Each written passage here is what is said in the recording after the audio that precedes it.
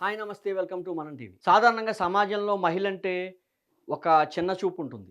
ఎవరైతే మగవారు శారీరక దారుఢ్యంతో పోలిస్తే ఆడవారిది కొంత బలహీనంగా ఉంటారని అందరూ భావిస్తూ ఉంటారు. కానీ మగవాళ్ళు సైతం సాధించని రికార్డులు, అరుదైన రికార్డులైతే తన సొంతం చేసుకున్నారు గోలి శ్యామల. ఆమె ఒక మహిళా స్విమ్మర్. ఆమె విశాఖపట్నం నుంచి కాకినాడ వరకు సుమారు 150 కిలోమీటర్లు 6 రోజుల పాటు డిసెంబర్ 28వ తేదీ నుండి జనవరి 3వ తేదీ వరకు నిర్విరామంగా రోజుకి 30 గంటలు ఈదుతూ 6 రోజుల్లో విశాఖపట్నం నుంచి కాకినాడ చేరుకున్నారు. ఈ అరుదైన రికార్డు ఆసియాలో మొట్టమొదటి మహిళగా ఆయన్ని గుర్తించడం జరిగింది. కాకినాడకు సంబంధించిన ప్రజాప్రతినిధులు, నాయకులు వారందరూ ఆమెకు ఘన స్వాగతం పలికారు. ఎవరి గోలి శ్యామల? ఈమె కుటుంబ నేపథ్యం ఏంటి అనేది లోతుగా గమనిస్తే, సామర్లకోటలో ఒక సాధారణమైన కుటుంబంలో జన్మించి చిన్నప్పటి నుంచి నీరంటే భయపడి చాలా బెరుగ్గా ఉండే ఒక మహిళ ఈరోజు దేశంలోనే తనకంటూ మహిళా స్విమ్మర్గా పేరు తెచ్చుకుంది. గోలి శ్యామలకు తన భర్త ఒక ప్రైవేటు ఉద్యోగి కాగా ఆమె యానిమేషన్ రంగంలో కూడా తనదైన శైలిలో దర్శక నిర్మాణ సారథ్యం కూడా వహించారని తెలుస్తోంది. ఆమెకు హైదరాబాదులో ఒక యానిమేటెడ్ స్టూడియో కూడా గతంలో నడిపారని అయితే తెలుస్తోంది. ఆమెకు ఒక కుమారుడు, ఒక చిన్న ఫ్యామిలీ.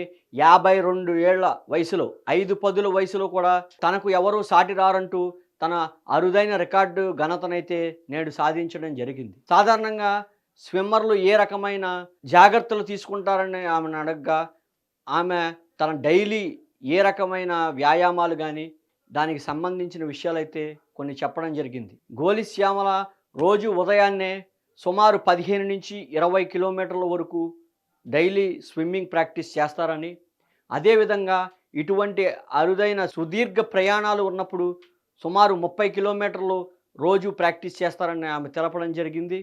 అదేవిధంగా ఏదైతే సముద్రంలో ఈదే సమయంలో తగు జాగ్రత్తలు తీసుకుంటారు. నీటిని, ఎలక్ట్రోజన్ను ఎక్కువగా ఆమె తీసుకుంటూ ఉంటారని ఆమె చెప్పడం జరిగింది. అదేవిధంగా ఆహారంగా కేవలం పెరుగన్నం, గోంగూర పచ్చడి మాత్రమే తీసుకుని ఆమె ఈత ప్రారంభించి విశాఖపట్నం నుంచి కాకినాడ చేరుకున్నారని అయితే చెప్పడం జరిగింది.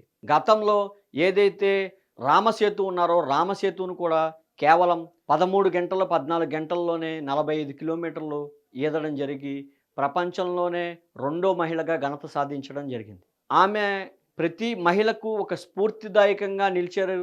ప్రతి ఒక్కరికి భారతదేశ పతాకాన్ని ప్రపంచ స్థాయికి తీసుకువెళ్ళడంలో ఎటువంటి సందేహం లేదు.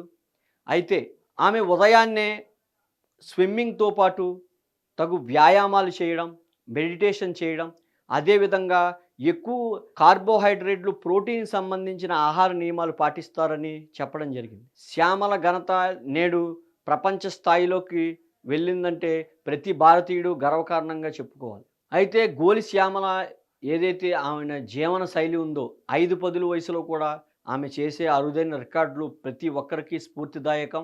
ఆమె మరిన్ని విజయాలు సాధించాలి, భారతదేశ పతాకాన్ని ప్రపంచ ఖ్యాతి ఘటించాలని చెప్పి ప్రపంచ స్థాయికి తీసుకువెళ్ళాలని ప్రతి భారతీయుడు కోరుతున్నారు.